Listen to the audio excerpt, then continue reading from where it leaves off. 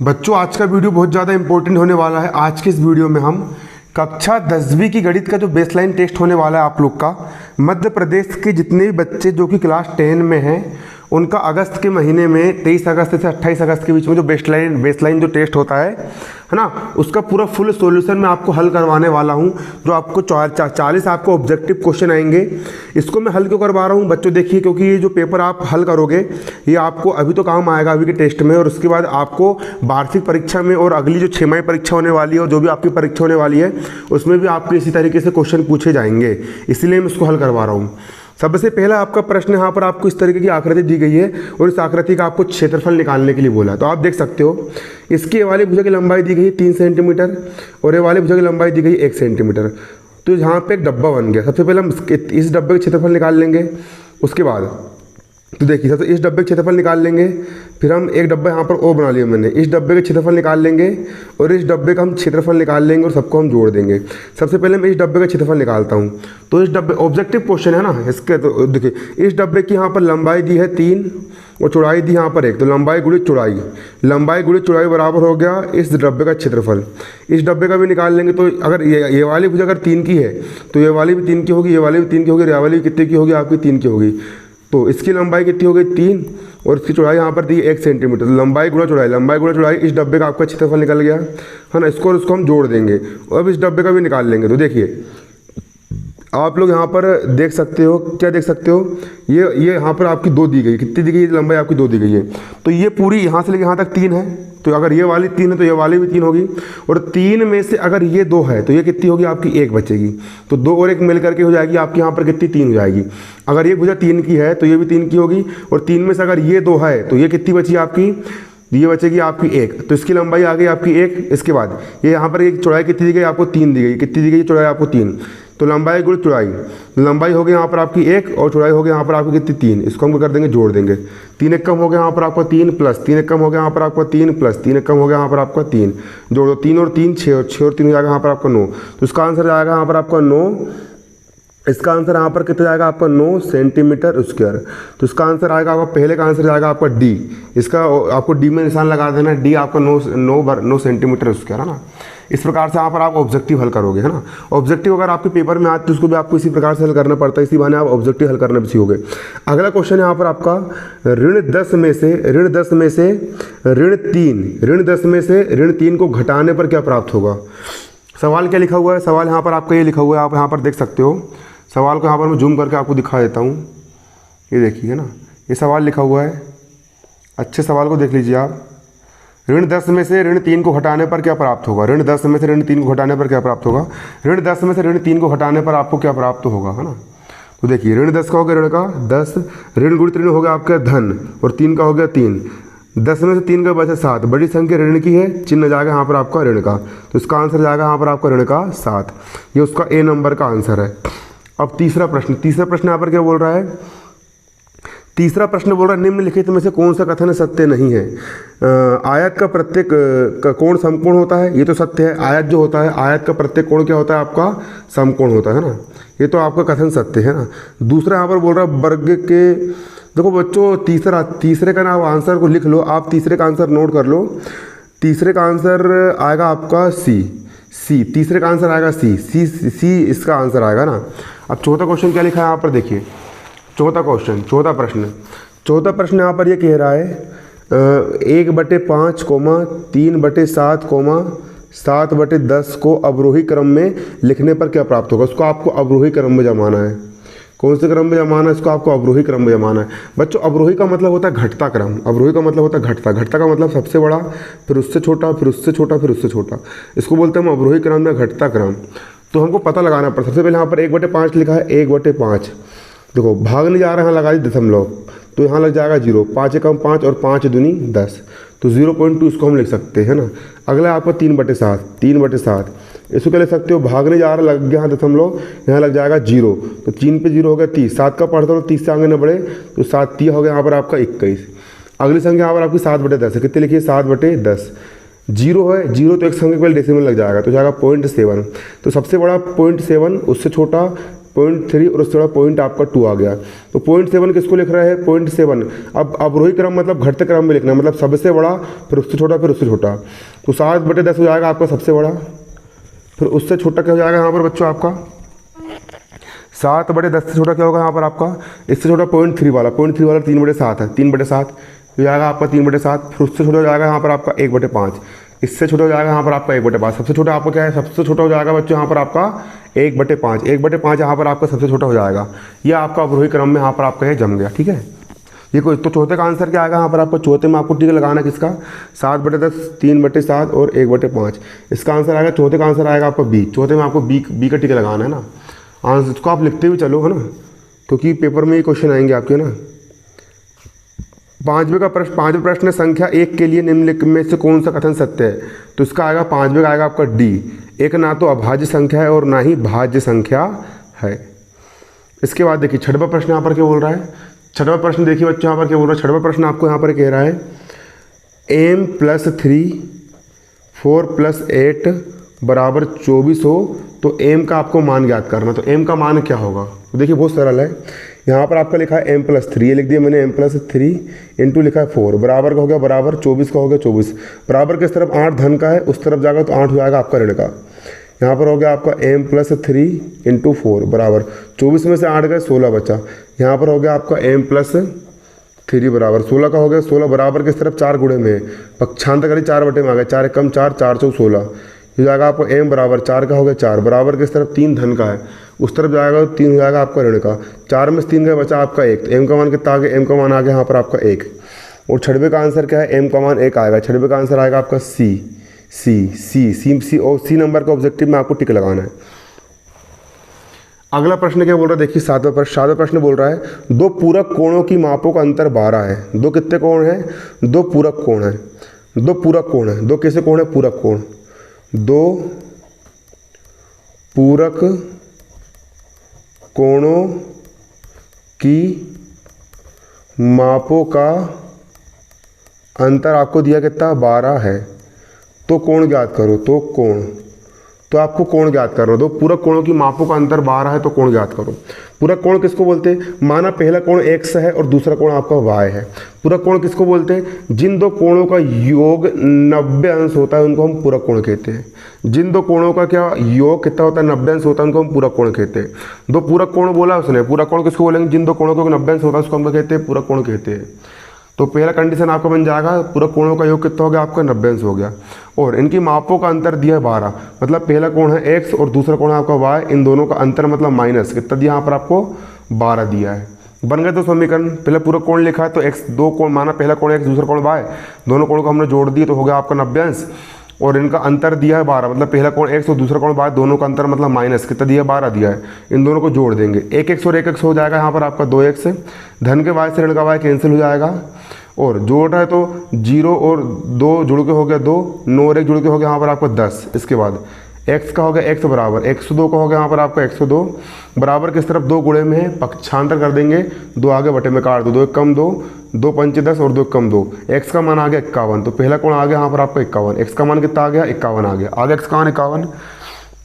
अब x का मान यहाँ पर रख दो। x + y बराबर 90 दिया है। कितना दिया है? x + y बराबर 90 है। x + y बराबर कितना? थोड़ा तेज समझा रहा हूँ मैं आपको ना। क्या दिया यहाँ पर आपका?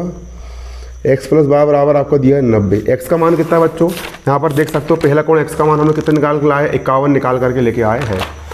तो x का मान कितना रख देंगे यहाँ पर हम? x का मान रख देंगे यहाँ पर हम 51 प्लस y का होगा प्लस का y बराबर 90 का हो गया 90। y बराबर 90 का हो गया 90 बराबर किस तरफ? 51 धन का है, उस तरफ जाके 51 हो जाएगा ऋण का। तो y बराबर 10 में से 1 गए 9, 10 में से 1 गया कितना बचा? 9 बचा। और 8 में से 5 गए 3 बचेगा। तो आ गया आपका 39। कितना आ गया? 39। तो दूसरा कोण आ गया आपका 39। तो पहला कोण x बराबर आ गया आपका 51 और दूसरा कोण y बराबर आ जाएगा यहाँ पर आपका 39। और ये हो जाएगा यहाँ पर आपका आंसर। तो सातवें का आंसर आएगा, सातवें का आंसर आएगा यहाँ पर आपका क्या? ए आएगा। सातवें का आंसर आएगा बच्चों यहाँ पर आपका ए। ठीक है। अब यहाँ पर आपका अगला क्वेश्चन क्या है? देखिए 8वां क्वेश्चन ये बोल रहा है यदि ए बी बी सी और सी ए किसी त्रिभुज की भुजाएं है तो त्रिभुज के लिए कौन सा कथन सत्य होता है? बच्चों त्रिभुज के लिए कथन ही सत्य होता है। 8वें का आंसर आएगा डी। और कथन आपका ये होता है कि किन्हीं भी 2 भुजाओं का योग, मतलब ए बी और बी सी का योग तीसरी भुजा से बड़ा होता है। पहली भुजा जैसे त्रिभुज की कोई भी दो भुजा हो गई है ना, जैसे ये त्रिभुज जैसे कोई भी दो भुजा हो गई, एक भुजा हो गई ये लिखा आपका ए बी सी, तो किन्हीं भी दो भुजा को आप जोड़ोगे तो उसका योग तीसरी भुजा से बड़ा आएगा। ए बी और बी सी का योग तीसरी भुजा से कैसे आएगा, बड़ा आएगा, मतलब ग्रेटर देन आएगा। इसकी कंडीशन आपकी ये वाली बनती है ना। पेपर में आएंगे, वार्षिक परीक्षा में पूछ सकते इस टाइप क्वेश्चन, इसलिए मैं आपको सोल्व करवा रहा हूँ ना।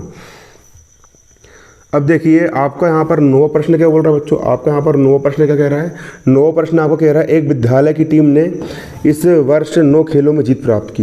विद्यालय की टीम ने कितने खेलों में जीत प्राप्त की, एक क्वेश्चन लिख देता हूँ पहले यहाँ पर मैं ना। एक विद्यालय की टीम ने एक विद्यालय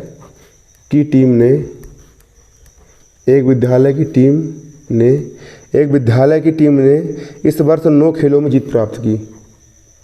9 खेलों में जीत प्राप्त की। कितने खेलों में, 9 खेलों में जीत प्राप्त की। विद्यालय की टीम ने 9 खेलों में जीत प्राप्त की। पिछले साल 6 खेलों में जीत प्राप्त की थी। पिछले वर्ष 6 खेलों में जीत प्राप्त की थी। पिछले वर्ष 6 खेलों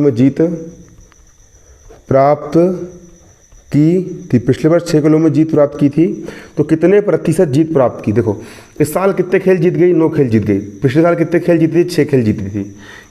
पिछले साल 6 खेल जीती, इस साल 9 खेल जीत गई। तो कितने खेल ज़्यादा जीती, 9 में 6 गए, 3 खेल उसने ज़्यादा जीती। 3 खेल ज़्यादा जीती किसकी तुलना में, 6 की तुलना में। और क्या निकालना है, प्रतिशत निकालना। तो यहाँ पर हम कर देंगे 100 का गुणा, काट दो, 3 एक कम 3 और 3 दूनी 6, काट 2 एक कम 2, 2 पंचे 10 और 2 शून्य 0। तो आ जाएगा यहाँ पर आपको 50%। 50% मतलब वृद्धि हुई। पिछले वर्ष की तुलना में जीत कितने परसेंट बढ़ गई आपकी, 50% आपकी बढ़ गई। तो इसका आंसर जाएगा 90 का आंसर कितना जाएगा, 90 का आंसर जाएगा आपका बी। 90 का आंसर जाएगा आपका बी, है ना। 90 में यहाँ पर आप बी में टिक लगा लीजिए, बी इसका आपका राइट आंसर रहेगा क्वेश्चन पेपर का ना।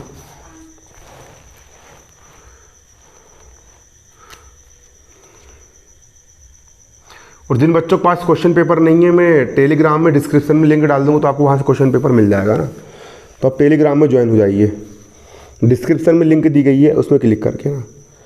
अब 10वां प्रश्न क्या दिया है, 10वां प्रश्न दिया आपका 3 की घात 5 गुणा 10 की घात 5 गुणा 25 बटा 5 की घात 7 गुणा 6 की घात 5 का मान क्या होगा। आपको यहाँ पर इसका मान बताना है। तो देखिए बहुत सरल है। 3 की घात 5 का होगा यहाँ पर आपको 3 की घात 5 गुणा 10 की घात 5, इसको हम पहले 10 को हम ले सकते हैं 2 गुणा 5, 5 दूनी होता 10, और घात 5 का होगा घात 5, गुणा का होगा गुणा। 25 को हम ले सकते हैं 5 की घात कितना 2, 5 की घात 2, पचम कितना हो जाएगा 25, 5 में 5 का मल्टीप्लाई करोगे तो पचम हो जाएगा आपका 25 बटे 5 की घात 7 का होगा 5 की घात 7 गुणा 6 की घात 5 हो जाएगा बच्चों। यहाँ पर आपको 6 की घात कितना 5 हो जाएगा।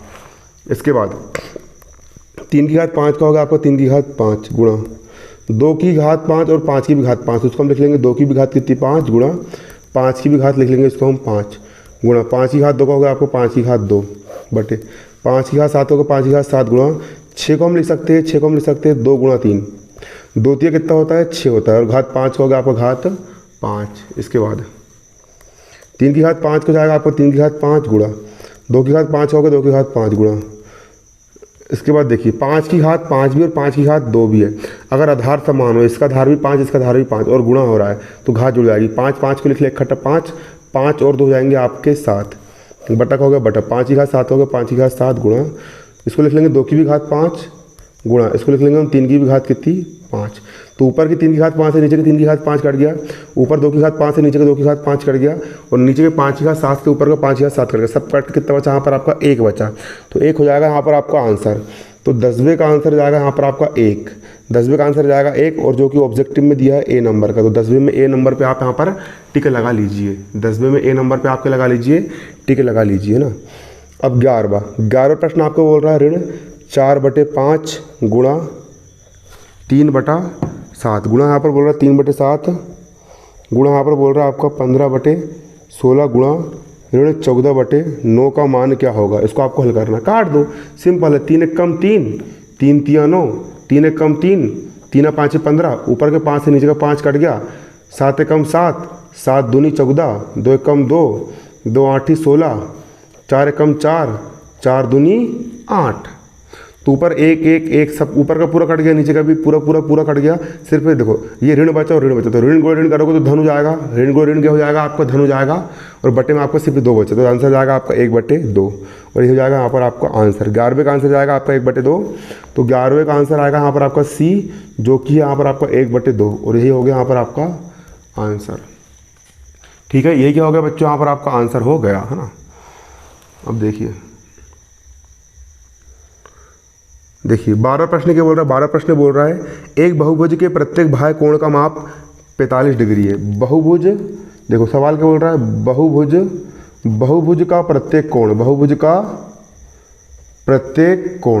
बहुभुज का प्रत्येक कोण कितने डिग्री का है, बहुभुज का प्रत्येक कोण 45 डिग्री का, कितने डिग्री का है, 45 डिग्री का है।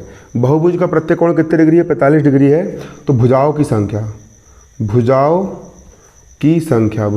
याद करो। तो देखो एक बिंदु पर पूरा कोण कितने अंश का बनता है बच्चों, एक बिंदु पर पूरा कोण बनता है आपको 360 डिग्री का, और 360 डिग्री में से प्रत्येक कोण कितने का है, 45 डिग्री का। तो आपको 45 का भाग कर देना है 360 में, काट दो इसको, 5 9 45, 5 7 35, 36 में 35 का बचा 1 पे 0 10, 5 दूनी 10, 9 से काट दो, 9 कम 9 और 9 8 72। तो कितनी संख्या जाएगी यहाँ पर आपकी 8। बहुभुज की भुजाओं की संख्या कितनी है आपकी 8 है। 8 है मतलब 12वें का आंसर कितना आएगा बच्चों, 12वें का आंसर आएगा यहाँ पर आपका सी, 12वें का आंसर आएगा आपका सी 8। कितना आएगा 12वें का आंसर, सी आपका 8 निकल करके आएगा। 12वें का आंसर आपका सी 8 निकल करके आ जाएगा। इसके बाद देखिए 13वां प्रश्न बोल रहा है आपका a की घात 3 माइनस बी की घात 3 बराबर क्या होता है। तो इसका a की घात 3 माइनस बी की घात 3 सूत्र होता है a minus B into A square plus A B plus B square. यहाँ पर आपका सूत्र बन करके आता है a की घात 3 माइनस बी की घात 3 का, a की घात 3 माइनस बी की घात 3 बराबर होता है a minus B A square plus A B plus B square. यहाँ पर आपका सूत्र बन करके आता है, और यही हो गया बच्चों यहाँ पर आपका आंसर। यही क्या हो गया, यहाँ पर आपका आंसर हो गया है ना। तो 13वां में ये कहाँ पर दिया आपका a माइनस बी, ये आपका 13वें का आंसर आएगा सी। 13वें में आपको सी में निशान लगाना है, तो आपका यहाँ पर उत्तर सही हो जाएगा ना। अब 14वां प्रश्न क्या बोल रहा है, एक रेलगाड़ी 75 किलोमीटर प्रति घंटे की समान चाल से चल रही है ना। सवाल देखो, सवाल लिखा है यहाँ पर क्या, एक रेलगाड़ी 75 किलोमीटर प्रति घंटे की चाल से चल रही है। रेलगाड़ी की चाल कितनी, रेलगाड़ी की चाल आपको दी है कितनी, 75 किलोमीटर प्रति घंटा आपको रेलगाड़ी की चाल दी गई है। तो 20 मिनट में कितनी दूरी तय करेगी। समय कितना दिया है बच्चों, यहाँ पर आपका समय दिया है यहाँ पर आपका 20 मिनट। और क्या याद करना है, दूरी याद करना है, दूरी है ना। तो सूत्र होता है, सूत्र क्या होता है बच्चों, यहाँ पर आपको सूत्र होता है चाल बराबर दूरी बटे समय। ये सूत्र होता है चाल बराबर दूरी बटे समय। आप मान रख दीजिए, चाल का मान कितना है, चाल का मान है 75 किलोमीटर प्रति घंटा। तो चाल का मान कितना रख दिया यहाँ पर मैंने 75 बराबर दूरी का मान, दूरी नहीं पता, दूरी को मान लिया मैंने x बटे समय कितना दिया, समय दिया यहाँ पर आपको 20 मिनट। समय कितना दिया बच्चों, यहाँ पर समय लिखा है, समय दिया है 20 मिनट। समय का मान कितना रख दिया मैंने 20 मिनट। ये मिनट में दिया है और यहाँ पर किलोमीटर प्रति घंटा में दिया है। तो 20 मिनट है, मिनट को घंटा में चेंज करेंगे तो एक घंटे में 60 मिनट होता है। एक घंटे में कितने मिनट होता है, 60 मिनट होता है। तो मिनट को घंटे में चेंज करने के लिए यहाँ पर हम 60 से भाग कर देंगे। मैं बच्चों आप लोग को शॉर्टकट इसलिए बता रहा हूँ ताकि ये ऑब्जेक्टिव है। अगर आप पूरे प्रश्न पढ़ोगे, अगर आपको पूरा सॉल्यूशन चाहिए तो मैंने अपने इसी यूट्यूब चैनल पर ये 10वीं क्लास के लिए बिल्कुल स्पेशल यूट्यूब चैनल बनाया गया है। इस चैनल पर मैंने आपको 10वीं क्लास के जितने भी चैप्टर है, चैप्टर 1, चैप्टर 2, चैप्टर 3, चैप्टर 4 सब पढ़ा चुका हूँ। तो आप लोग वहाँ से मेरे से गणित पढ़ सकते हो ना। मैंने उसमें बारीकी समझाया हूँ। 0 0 कट गया, 2 1 कम 2 और 2 3 6, कितना आ गया 1/3। तो 75 का हो गया आपका 75, x का हो गया x बटे 1 का हो गया 1 और बटे में यहाँ पर आपको कितना है 3 है। अब यहाँ पर आपका भाग उलट गुणा हो जाएगा। तो देखिए 75 का हो जाएगा यहाँ पर आपका 75 बराबर 3, यहाँ पर नीचे 3 का गुणा सबसे ऊपर हो जाएगा। तो 3 × x हो जाएगा आपको कितना 3x, कितना जाएगा 3 × x, 3 सबसे नीचे चल जाएगा सबसे ऊपर। तो 3 × x हो जाएगा यहाँ पर आपका 3x। तो काट देंगे इसको, x देखो 75 का हो गया यहाँ पर आपका 75 बराबर किस तरफ 3x के गुणे में पक्षांतर करेंगे 3 जाएगा बटे में, और x का हो गया आपका x। काट दो इसको, 3 1 कम 3, 3 का पहाड़ सब लोग 7 से आगे ना बढ़े। तो 3 दूनी 6, 7 में 6 का बचा 1, 1 पे 5 15, 3 5 15, x का मान आ गया 25। x का मान कितना आ गया आपका 25। एक्स हमने क्या माना, दूरी मान लो। दूरी कितनी आ गई आपकी 25 किलोमीटर, दूरी आ गई आपकी 25 किलोमीटर। तो रेलगाड़ी कितनी दूरी तय करेगी, 25 किलोमीटर की दूरी तय करेगी, है ना। तो आपका 14वां रेलगाड़ी वाले क्वेश्चन का आंसर आ जाएगा। 14वें में आपको बी ऑब्जेक्टिव पे निशान लगाना है और ये आपका आएगा कितना, 25 किलोमीटर। ये आएगा आपका यहाँ पर 25 किलोमीटर, ये आएगा यहाँ पर आपका 25 किलोमीटर। ये आपका कितना आएगा, 25 किलोमीटर यहाँ पर आपका आएगा ना। अब देखिए इसके बाद आपका अगला प्रश्न क्या है बच्चों, देखिए अगला प्रश्न यहाँ पर आपका है 15वां प्रश्न। 15वां प्रश्न यहाँ पर बोल रहा है आपका कितना, देखिए यहाँ पर 15 प्रश्न बोल रहा है आपका 1/3 की होल घात ऋण 2 माइनस 1/2 की होल घात ऋण 3। फिर यहाँ पर आपका कोष्टक बंद हो गया, भागित यहाँ पर लिखा है कितना, 1/4 की होल घात ऋण 2। इसका सरलतम रूप यहाँ पर आपको ज्ञात करना है। बहुत आसान सवाल है, बहुत इजी सवाल है और बहुत ही क्या है, आसान सवाल है। ठीक है, आसान सवाल है बहुत ज़्यादा। देखिए सवाल जो बोल रहे हैं यहाँ पर हम वही करेंगे ना। तो यहाँ पर ब्रैकेट का दिया है, ब्रैकेट 1/3 की घात ऋण का 2 है। 1/3 की घात कितना है, ऋण का 2 है। इसकी घात यहाँ पर आपकी ऋण की 2 है ना। तो जिसकी भी घात ऋणात्मक संख्या होती है उसको हम लिख सकते हैं 1/3 की घात कितनी है, 2 है। इसको ऐसा लिख सकते हैं।